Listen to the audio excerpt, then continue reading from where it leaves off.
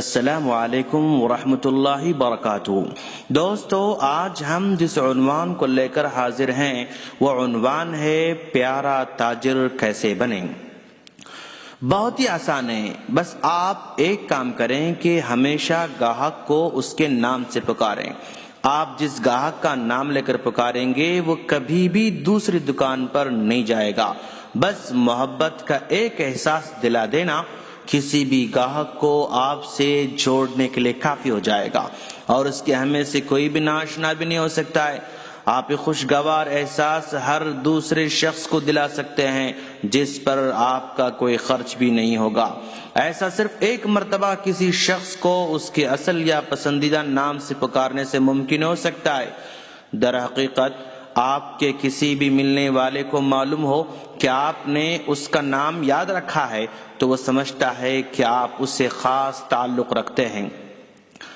آپ نے اسے اپنے قریبی دوستوں کی فہرست میں شمار کیا ہے، چنانچہ یہ تاثر پھر آپ کو بھی اس کے قریب کر دیتا ہے۔ وہ دل سے آپ کی قدر کرنے لگتا ہے۔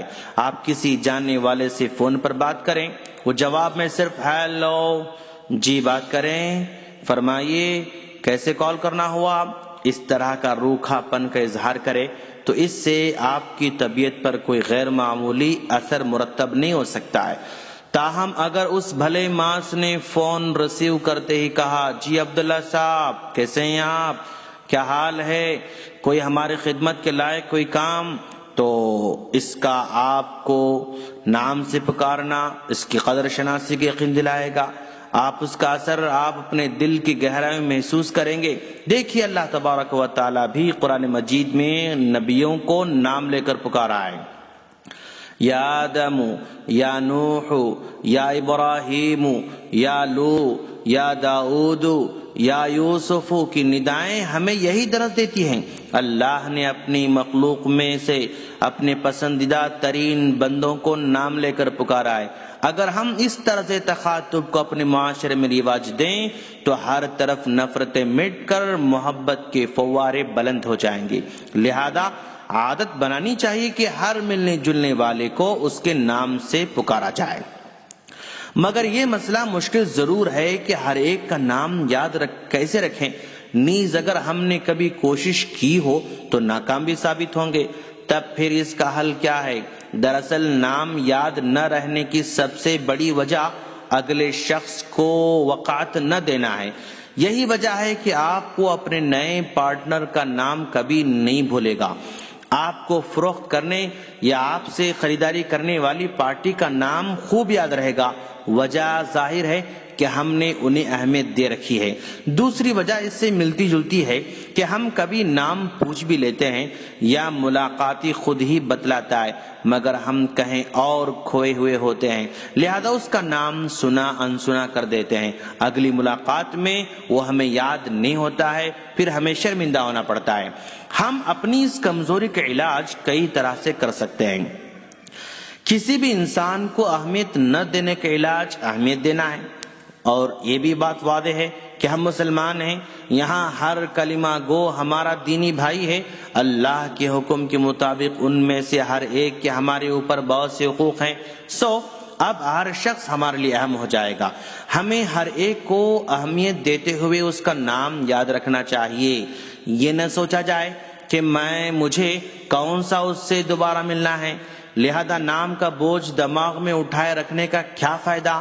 لیکن دوستو غور کرو تو یہی شخص آپ کی اظہار محبت کے باعث دوبارہ ملنا تو کیا آپ کو کوئی خوشگوار سرپرائز بھی دے سکتا ہے جو آپ کے لیے ہزاروں مسرتیں کھینچ لائے۔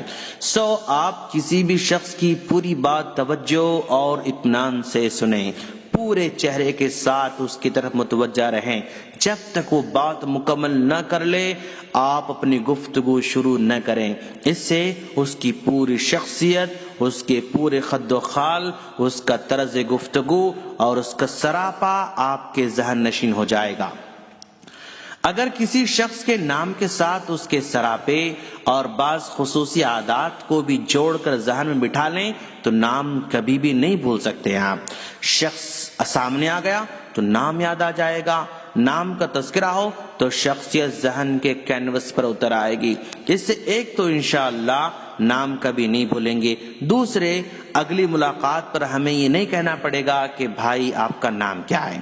نام یاد رکھنے کا دوسرا طریقہ یہ بھی ہے کہ جب آپ نے ایک بار نام پوچھ لیا تو بہانے سے دہراتے رہیں، دوران گفتگو وقفے سے اس کا نام لیتے رہیں۔ مثلا اچھا تو عبداللہ صاحب آپ کی کوالیفیکیشن کیا ہے؟ جی عبداللہ صاحب آپ درست فرما رہے ہیں، جی عبداللہ بھائی آپ ہمیں دعا میں یاد رکھیں۔ اس طرح کی باتوں میں اس کا نام بار بار دہراتے رہیں۔ اس طرح گفتگو کے دوران مناسب موقع پر نام کا تکرار جاری رکھیں گے تو امید ہے کہ نام پختہ یاد ہو جائے گا۔